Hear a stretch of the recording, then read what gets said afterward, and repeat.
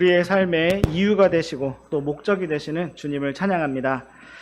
이 시간 우리의 온 마음을 다하고 또 생각을 다하여 주님만 온전히 바라볼 수 있는 귀하고 복된 시간 되기를 원합니다. 이 시간 함께 보실 하나님의 말씀은 민수기 27장 18절 말씀입니다. 시작. 주께서 모세에게 이르시되 눈의 아들 여호수아는 속에 그 영이 거하는 자니 너는 그를 데려다가 그에게 안수하고. 저는 오늘 성령 충만한 사람이라는 제목으로 하나님의 말씀과 은혜를 나누기 원합니다. 성령 충만한 사람. 우리 잠시 기도하고 시작하겠습니다.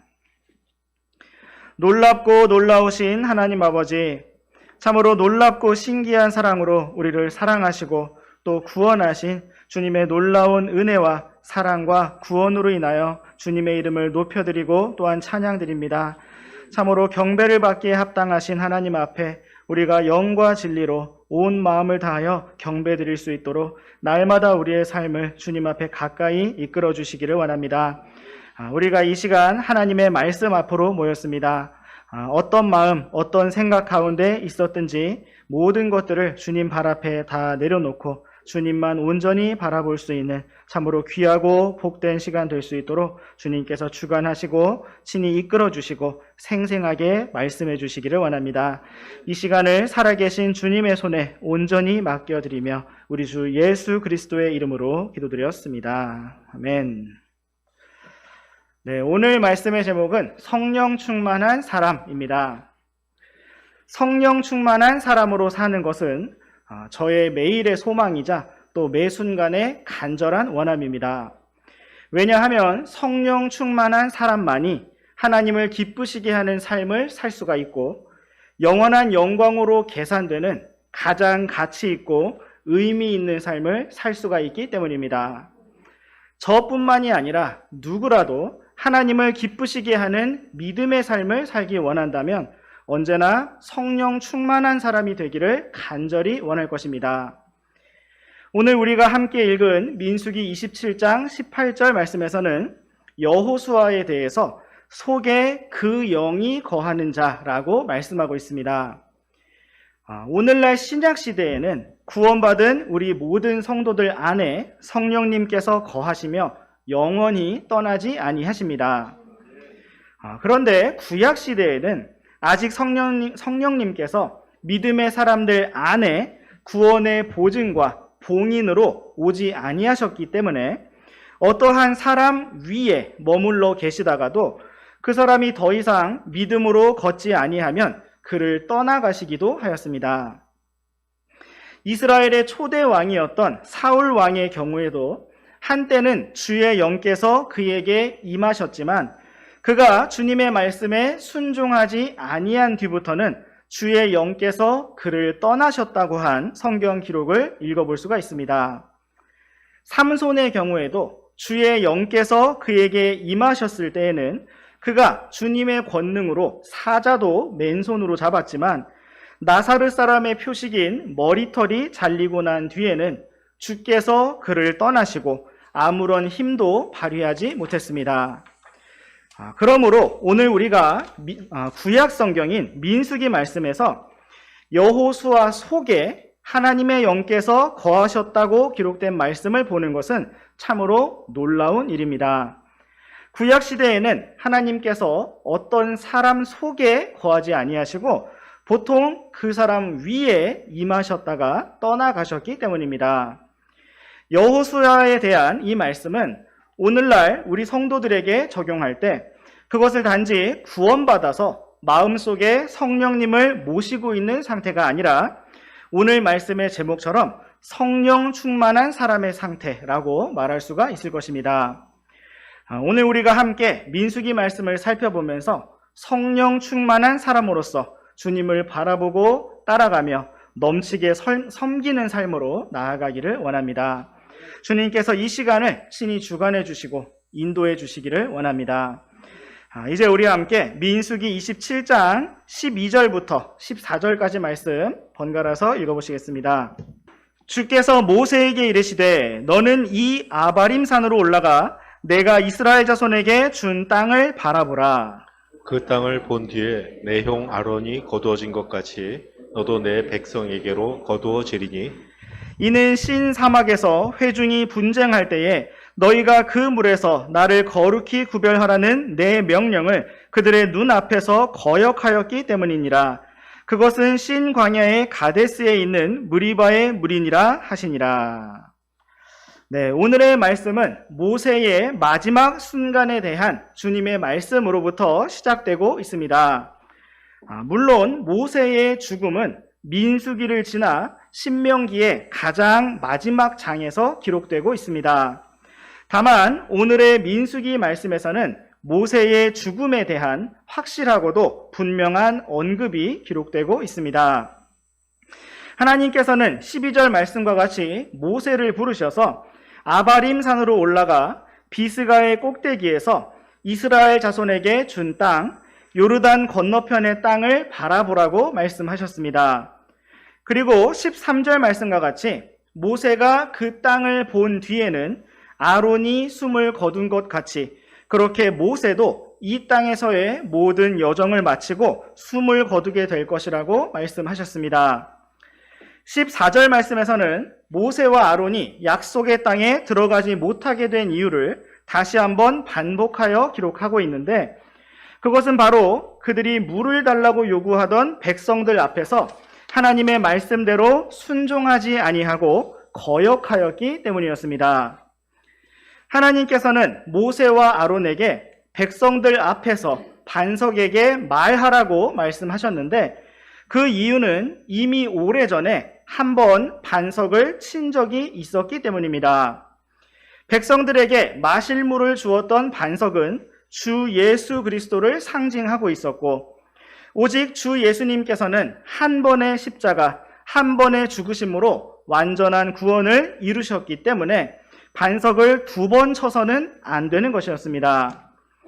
모세와 아론은 이러한 복음의 큰 그림을 훼손한 자들로서 약속의 땅에 들어가지 못하게 되는 결과를 통해서 복음의 그림을 온전하게 만들었어야만 합니다.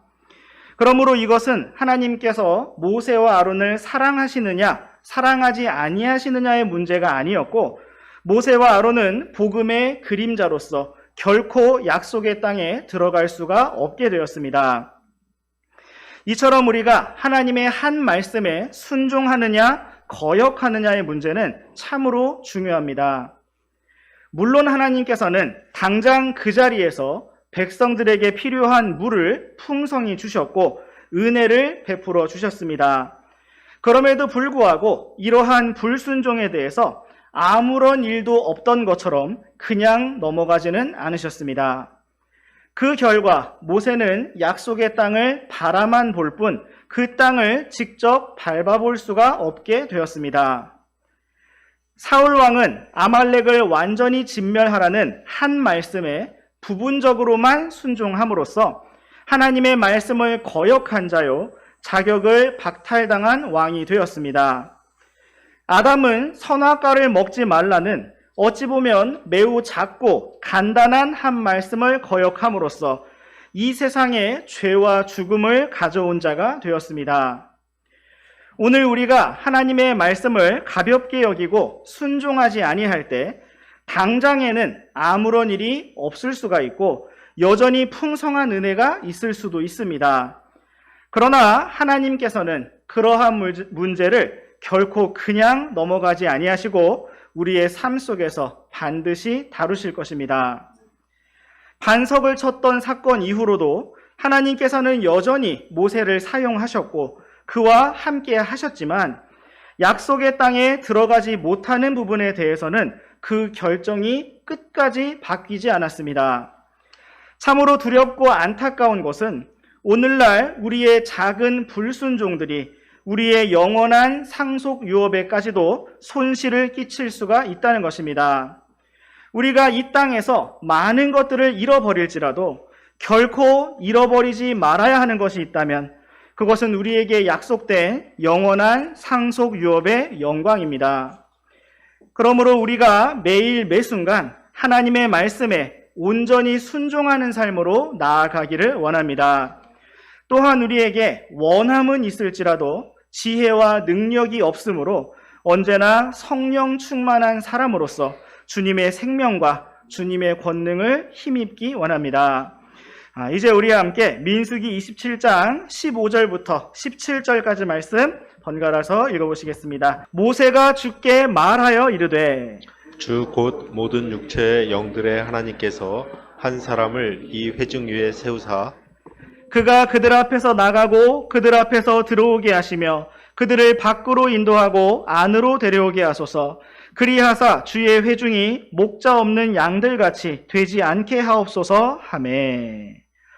네, 여기에서 우리는 약속의 땅에 들어가지 못하는 모세의 기도와 요청을 볼 수가 있습니다.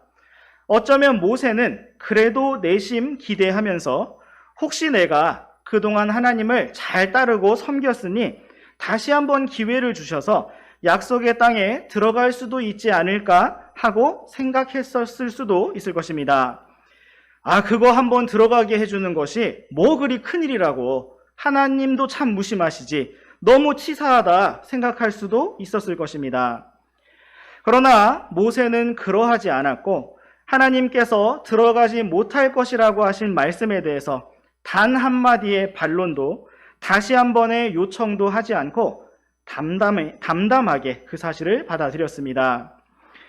그리고 모세는 여기에서 자기 자신을 위해서가 아니라 하나님의 백성을 위해서 자신이 죽은 뒤에 이스라엘 자손이 계속해서 나아갈 미래의 길을 위해서 기도하였습니다. 이런 모습이 바로 하나님께서 친구와 같이 대면하여 말씀을 주고받으셨던 하나님의 종, 하나님의 친구 모세의 모습이었습니다.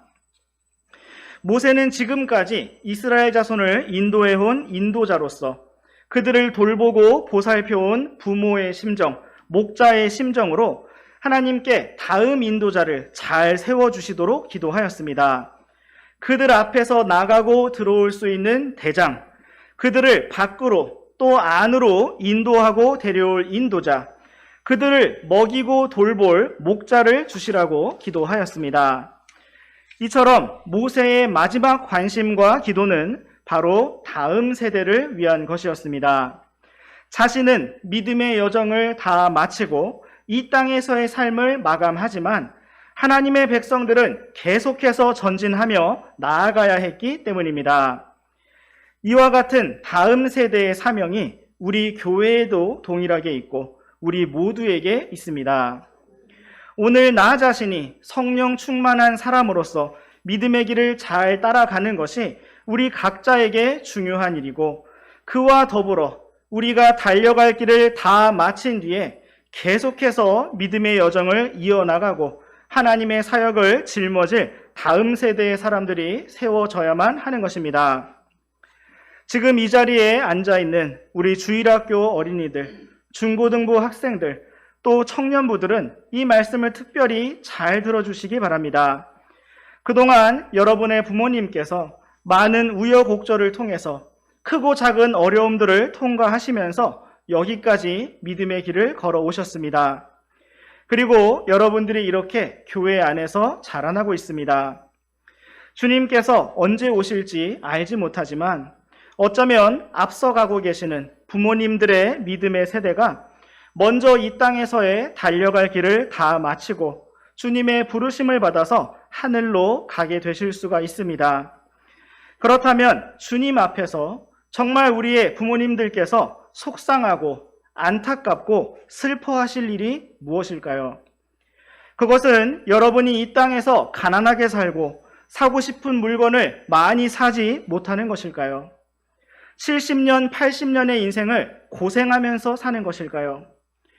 만약 우리 자녀 여러분이 이 땅에서 성공할지라도, 나름대로 행복하게 잘 살지라도 영원히 주님 앞에서 칭찬받을 것이 없다면 그것만큼 부모님께 속상하고 괴로운 일이 없을 것입니다. 오늘 우리들 안에 모세와 같은 기도가 있기를 원합니다. 믿음의 다음 세대가 목자 없는 양들같이 되지 않기를 원하는 기도. 계속해서 주님을 따르는 사역자들, 믿음의 사람들이 세워지고 일어나야 한다는 간절한 원함과 기도가 우리에게 있기를 원합니다. 또한 모세에게 여호수아가 있었던 것처럼 오늘 우리에게도 많은 여호수아와 같은 믿음의 일꾼들이 자라나고 일으켜지기를 원합니다.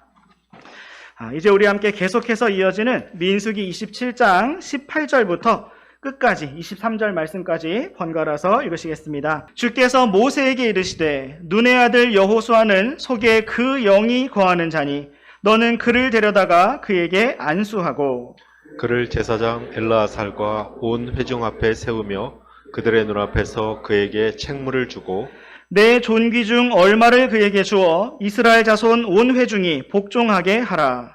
그는 제사장 엘르아살 앞에 설 것이요 엘르아살은 그를 위해 우림의 판결대로 주 앞에서 조언을 구할지니 그들은 그의 말에 따라 나갈 것이며 그들 곧 그와 또 그와 함께하는 이스라엘 모든 자손 즉 온 회중은 그의 말에 따라 들어올 것이니라 하시니 모세가 주께서 자기에게 명령하신 대로 행하여 여호수아를 데려다가 제사장 엘르아살과 온 회중 앞에 세우고 그에게 안수하며 그에게 책무를 주되 주께서 모세의 손으로 명령하신 대로 하였더라. 네, 하나님께서는 모세가 요청한 즉시 하나님께서 준비시키셨던 사람인 여호수아를 지명하셨습니다. 우리가 처음에 읽었던 18절 말씀과 같이 하나님께서는 여호수아를 언급하시면서 그의 속에는 그 영이 거하는 자니 그를 데려다가 안수하고 제사장 엘르아살과 온 회중 앞에 세우라고 말씀하셨습니다.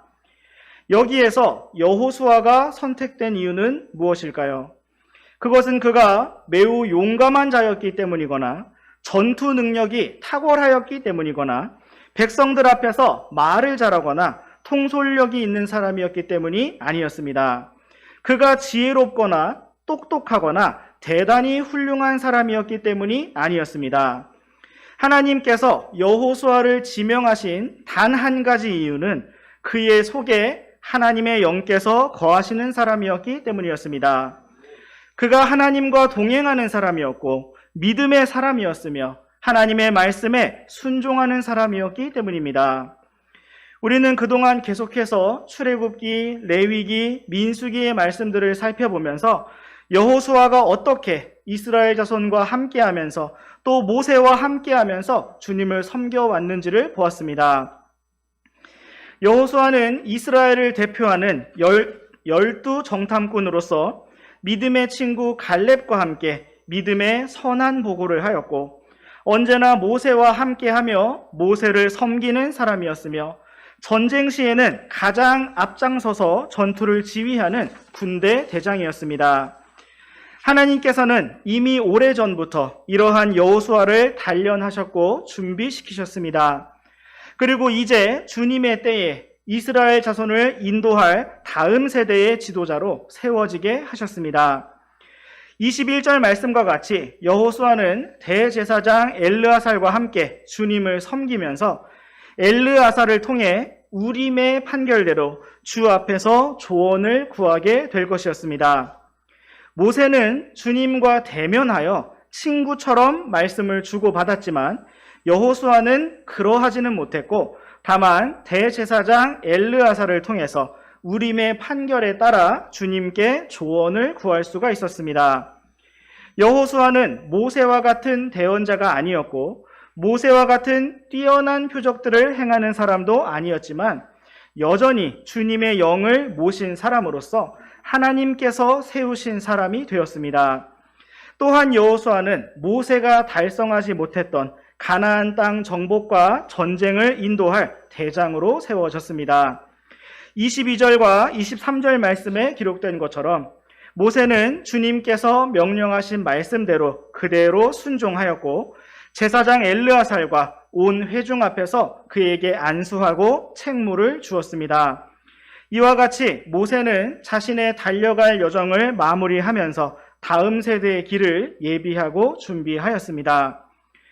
오늘 우리는 성령 충만한 사람이라는 제목으로 민수기 말씀을 살펴보았습니다. 오늘의 본문은 짧지만 참 많은 진리를 담고 있습니다. 오늘 우리는 민수기 말씀을 통해서 모세라는 크고 대단한 사역자의 마지막 순간을 보았습니다. 모세는 마지막 순간까지 하나님의 백성을 아끼고 위하고 돌보고 있었고 다음 세대에 나아갈 길을 위해서 하나님께 기도하였습니다. 또 우리는 모세가 약속의 땅에 들어가지 못하게 된 이유를 통해서 하나님의 한 말씀에 순종하는 것이 얼마나 중요한 것인가를 생각해 보았습니다. 모세가 바위를 쳤던 순간 당장에는 물이 나왔고 모세는 여전히 주님을 섬기는 위치에 있었지만 약속의 땅에 들어갈 자격은 잃어버리고 말았습니다. 참으로 우리가 영원한 상속유업의 보상을 조금도 잃지 아니하도록 주님의 한 말씀 한 말씀에 온전히 순종하는 삶으로 걸어가기를 원합니다. 또한 우리는 하나님께서 부르시고 세우신 이스라엘의 새로운 지도자 여호수아를 보았습니다. 하나님께서 여호수아를 선택하시고 세우신 이유는 그의 속에 주님의 영이 거하는 사람이었기 때문입니다. 성경은 다른 어떤 자격이나 다른 어떤 특징을 설명하지 않고 다만 그의 속에 그 영이 거하는 자라고 기록하고 있습니다. 이와 같이 오늘 우리가 주님을 따르고 섬길 수 있는 자격과 능력은 오직 주님의 영으로부터 나오는 것입니다. 오늘 우리가 성령님으로 충만하지 아니하다면 우리 육신의 지혜와 판단과 능력이 아무리 뛰어날지라도 우리는 주님을 섬길 수가 없습니다. 육신의 생각은 하나님을 기쁘시게 할 수가 없고 하나님께 영광을 돌릴 수가 없으며 하나님과 원수가 되기 때문입니다. 오늘의 말씀을 정리하면서 우리 함께 갈라디아서 5장 말씀을 보시겠습니다. 먼저 갈라디아서 5장 16절과 17절 말씀을 보시겠습니다. 그런즉 내가 이것을 말하노니 곧 성령 안에서 걸으라. 그러면 너희가 육신의 욕심을 이루지 아니하리라. 육신은 성령을 대적하여 욕심을 부리고 성령은 육신을 대적하나니 이 둘이 서로 반대가 되므로 너희가 원하는 것들을 너희가 할 수 없느니라. 네, 이 말씀과 같이 우리의 육신은 주님을 대적하고 욕심을 부리는 주님과 반대가 되는 존재입니다. 그러므로 우리가 아무리 영적인 것들을 원할지라도 우리 육신의 힘으로는 하나님께 영광을 돌릴 수가 없고 하나님을 기쁘시게 할 수가 없습니다. 그러므로 성경은 우리가 오직 성령 안에서 걸어야 한다고 말씀하고 있습니다. 또한 우리 함께 갈라디아서 5장 22절부터 25절까지 말씀 번갈아서 읽으시겠습니다. 그러나 성령의 열매는 사랑과 기쁨과 화평과 오래 참음과 부드러움과 선함과 믿음과 온유와 절제니 이 같은 것들을 대적할 법이 없느니라. 그리스도께 속한 자들은 애착들과 정욕들과 함께 육신을 십자가에 못 박았느니라. 만일 우리가 성령 안에서 살면 또한 성령 안에서 걸을지니라. 아멘. 이 말씀은 우리가 나아가야 할 성령 충만한 사람의 길을 보여주고 있습니다. 성경은 우리가 열심히 노력해서 서로 사랑하고 기뻐하라고 말씀하고 있지 않고 우리가 성령 안에서 걸으면 성령의 열매가 나타날 것이라고 말씀하고 있습니다. 사랑은 오래 참고 친절하며 시기하지 아니하고 우쭐대지 아니한다는 말씀과 같이 우리가 성령 안에서 걸으면 이러한 주님의 성품이 우리 안에서 나타나게 될 것입니다. 참으로 우리가 그리스도께 속한 자로서 애착들과 정욕들과 함께 육신을 십자가에 못 박은 자로서 그렇게 성령 안에서 살고 또한 성령 안에서 걸어가기를 원합니다. 성령 충만한 삶만이 우리가 이 땅에서 영원히 가치 있고 영원히 의미 있게 살아가는 길입니다. 참으로 날마다 매 순간 우리의 삶이 그렇게 성령님으로 충만케 되기를 원하고 우리의 다음 세대 믿음의 자녀들 또한 그렇게 계속 걸어나갈 수 있기를 원합니다. 우리가 다 함께 주님 앞에 서서 칭찬을 받고 상속유업의 영광을 받으며 모두 함께 기뻐하는 그 순간까지 서로 격려하고 위로하면서 힘차게 믿음의 길을 걸어가기 원합니다. 기도하고 마치겠습니다.